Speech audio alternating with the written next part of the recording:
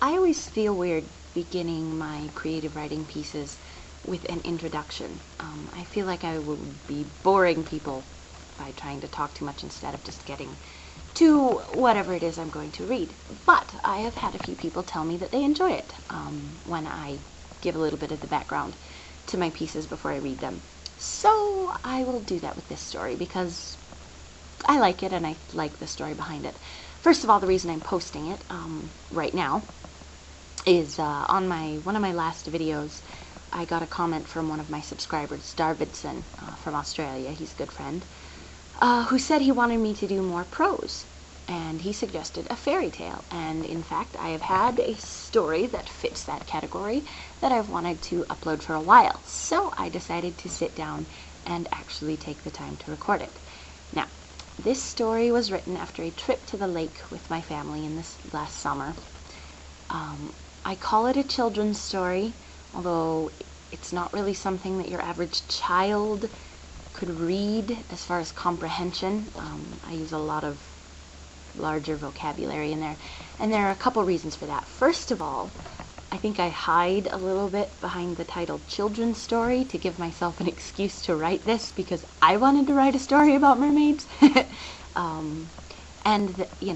Then just the fact that actually part of the inspiration for the style came from reading out of the Grimm's fairy tales. I bought that book recently, and I was reading it, and I was thinking about the fact that these are stories that we look at as children's stories now, yet they're not really written at a child's reading level. And I sat down and I was reading Sleeping Beauty, the Grimm's fairy tales version, to my niece, who is 4 years old, and she absolutely loves that story. It's one of her favorite Disney movies, is Sleeping Beauty. And I sat down and I was reading out of the Grimm's fairy tales, and there were 3 or 4 pictures in there, but overall it was a pretty long story without a lot of pictures, and the pictures weren't all that exciting for a little one like her. But she enjoyed the story anyway. She liked picking out the familiar names and all this, but it was written at such what we would consider now to be an adult level, but she enjoyed it, and that just got me thinking of the importance of reading to children, of the fact that if you speak with children like you speak with adults, they pick up more. I have a rather large vocabulary, and my vocabulary now is not hugely different from what it was at 12. And I got made fun of a lot, yeah, for having a large vocabulary, but at the same time, that was okay. It was because I read a lot, because the people that I associated with, the adults around me, spoke to me on their level. And what I didn't understand, I picked out of context, and I learned how to understand. And I think it helps the development of children, not to talk way over them, but to speak to them and allow them to process and learn language. Because if you think about it, talking to a little baby, it doesn't matter if you're speaking baby talk or reading a paragraph out of the United States Constitution, they don't completely understand you, but they learn to recognize words, vocal patterns, and such. So the sooner you start speaking to them like you would an older person, the more they'll pick up, and they won't completely understand everything, but it's like learning a second language. It's like learning anything. It's what you don't know that causes your brain to try to make the connections. It's unfamiliar words that make your mind say, okay, I need to figure out what this means, and they'll recognize it later, and maybe they'll learn to look it up when they're a little bit older. So there are kind of 2 parts to this. First of all, it's not completely a children's story, I'll admit that. And secondly, I kind of took a page from the Grimm's fairy tales, if you will, in the writing style. I think is still a little bit of that, or more adopted, which writers do all the time. So this is just kind of something that as a little girl I would play at all the time. And I watched my little sister, who was swimming in the lake, and she was dragging herself around on the beach on her hands, and asked her what she was doing, and she said, "I'm pretending to be a mermaid." And it just made me laugh, because what little girl doesn't do that? And so this story came out of it. I hope it's not too girly for some of you guys now. I like it a lot, so I hope you enjoy it. Underwater Daydreams. The gentle sound of water lapping at the rocks made Audrey think of a mermaid's soft laughter. The silvery voice of that mystical creature called to her from the water.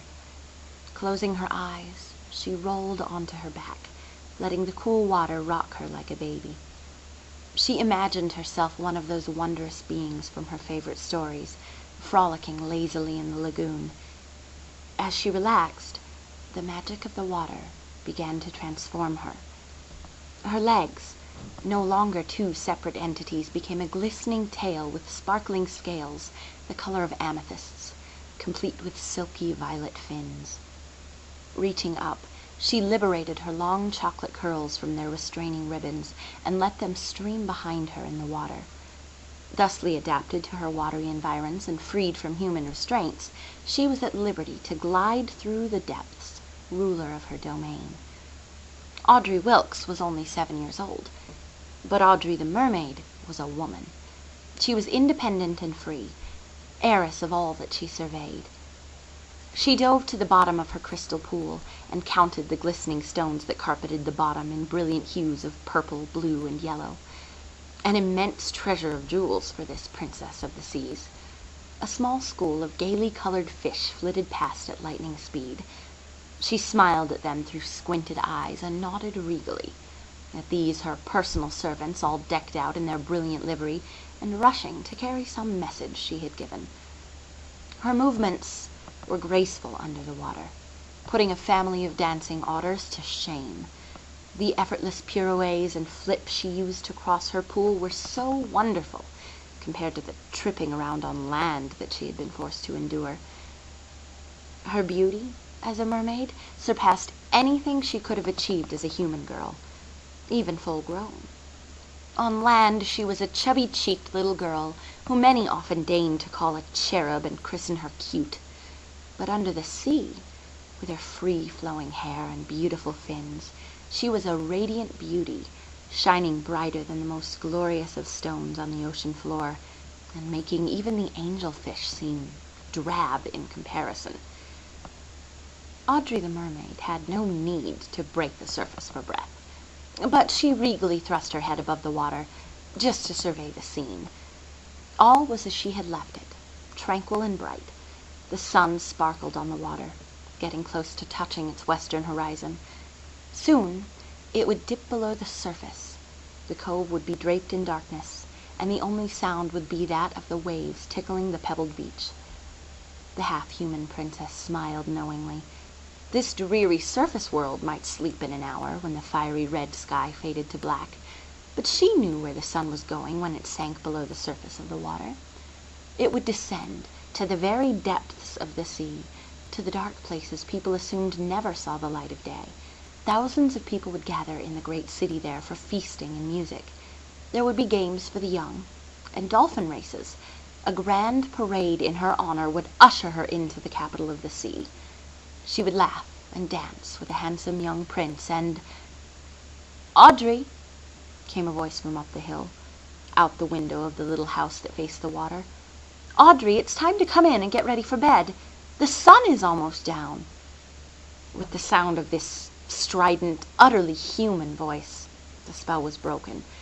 It vanished like a pricked bubble.